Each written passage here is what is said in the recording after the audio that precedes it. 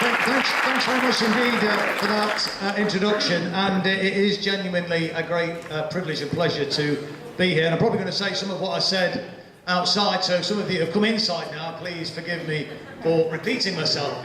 But it was great to hear Amina speak and the fantastic result that you achieved, because I was a candidate on the left slate for the NCC last year, and sadly we just fell short.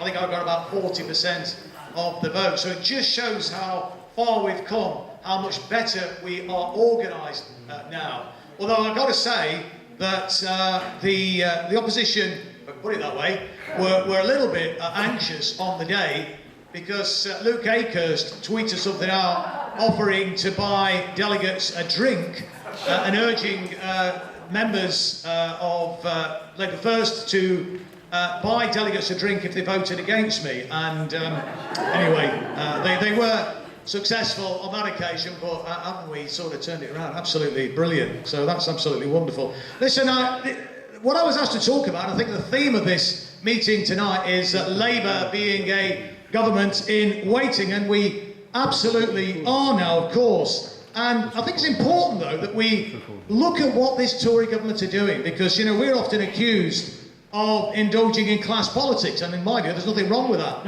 But this government are engaged in a class war against working class communities, and in favour of the top 0.1% of the population.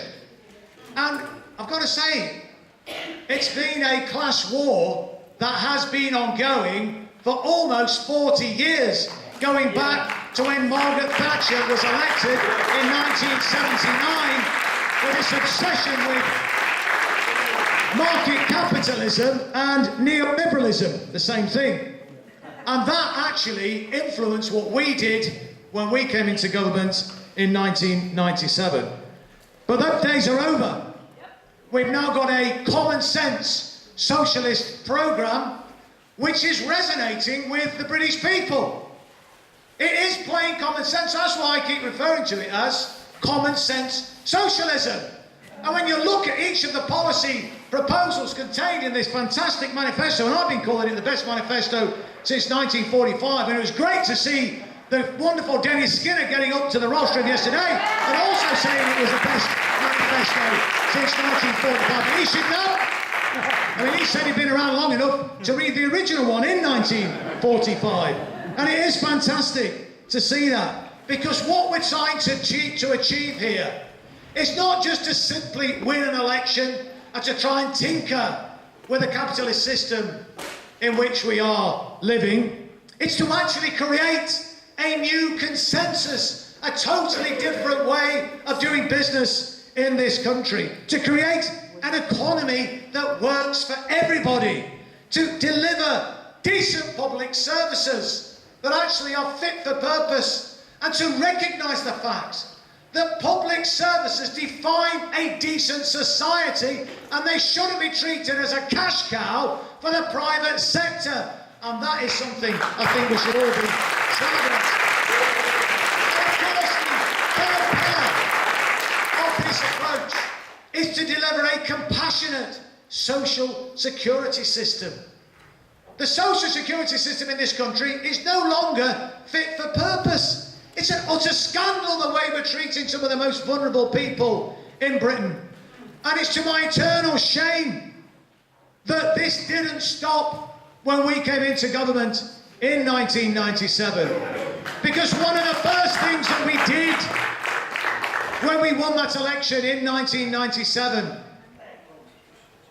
was to impoverish some of the poorest women in society by abolishing the own parent benefit.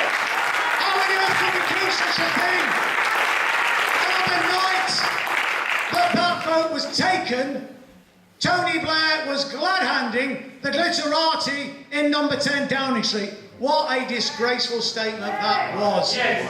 And those days are over. We're going to have a compassionate social security system. We're going to have public services fit for purpose, and we're going to have an economy that works for everybody. But of course we get the media pundits all saying, well, are you going to afford it? How can you do it? Well, it's very, very straightforward. And one of the ways in which we'll do it is to clamp down on the industrial scale tax evasion, which is costing this country up to £120 billion every single year. We'll make sure we clamp down on the tax havens where the likes of Richard Branson are secreting their huge wealth whilst ripping off the taxpayer with his privatised healthcare contracts and his crappy train services, which are always late. And we'll reverse the millionaires' tax cut as well. And we'll modestly increase corporation tax. And people say, oh, well, all these corporations, they'll leave, they'll go. What will we do? Well, we're only talking about increasing corporation tax to 26 pence. It'll be 26p in the pound, 20%. It'll be the lowest corporation tax anywhere in the G7. So where are they going to go? It's an utter load of nonsense. And of course, the other thing, we very carefully set out where the money was going to come from for the spending commitments that we gave in our wonderful manifesto. But what we didn't say, and it's difficult to quantify, is that we'll be growing the economy.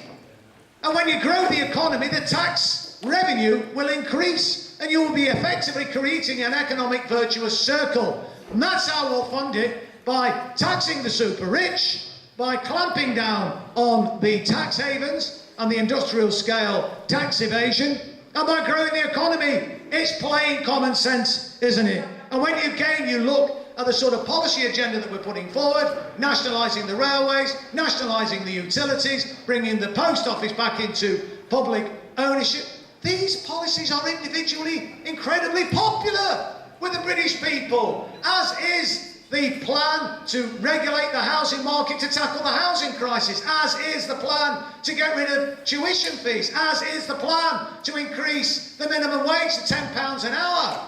These are just plain common sense. This is the 5th biggest economy in the world, and we've got people sleeping in shop doorways in Brighton, in Derby, in Nottingham, in every town and city in this country. What an utter disgrace! It should not be allowed to happen. And under a Labour government, we would make sure that it didn't happen. Because we build the houses that people need. We build the emergency hostel refuges in the first instance, and by building houses and investing in infrastructure, we'll be generating jobs. And Labour on a building site as a former bricklayer is very labour intensive. It's a very labour intensive industry, but it will also benefit the supply chain. So again, you're creating that economic virtuous circle. And of course, we'll nationalise the National Health Service again and kick the privateers out of our NHS, because it shouldn't be a cash cow for the likes of Richard Branson.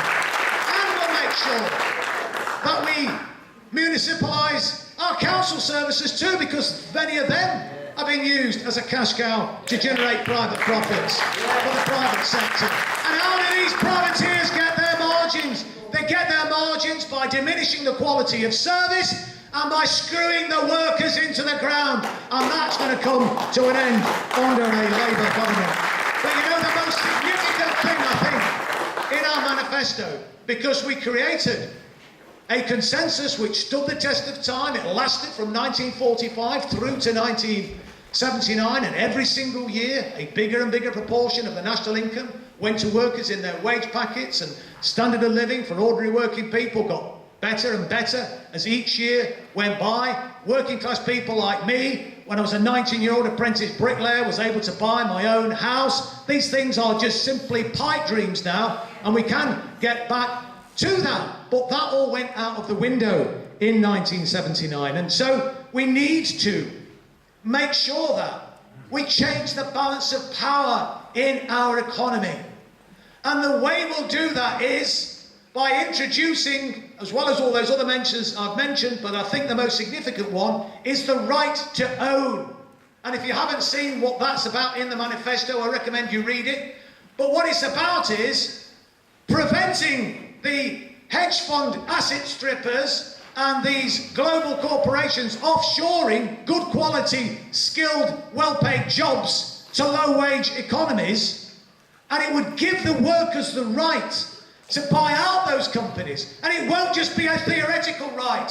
It will be underpinned by the National Investment Bank. It will be underpinned by an agency that will give the necessary financial and legal expertise so that they can, you know, bring these companies into public ownership. I've got 2 minutes left. I'm going to finish in less than that. 2 minutes, look, it says.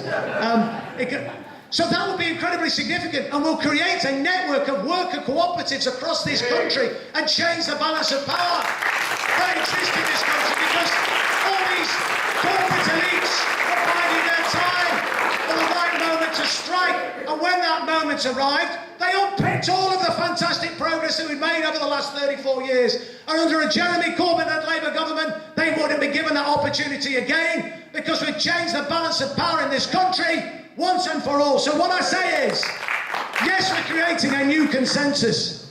And if we stick together through solidarity, we can win back the future. And we can change the course of history. So let's do it. Solidarity, comrades.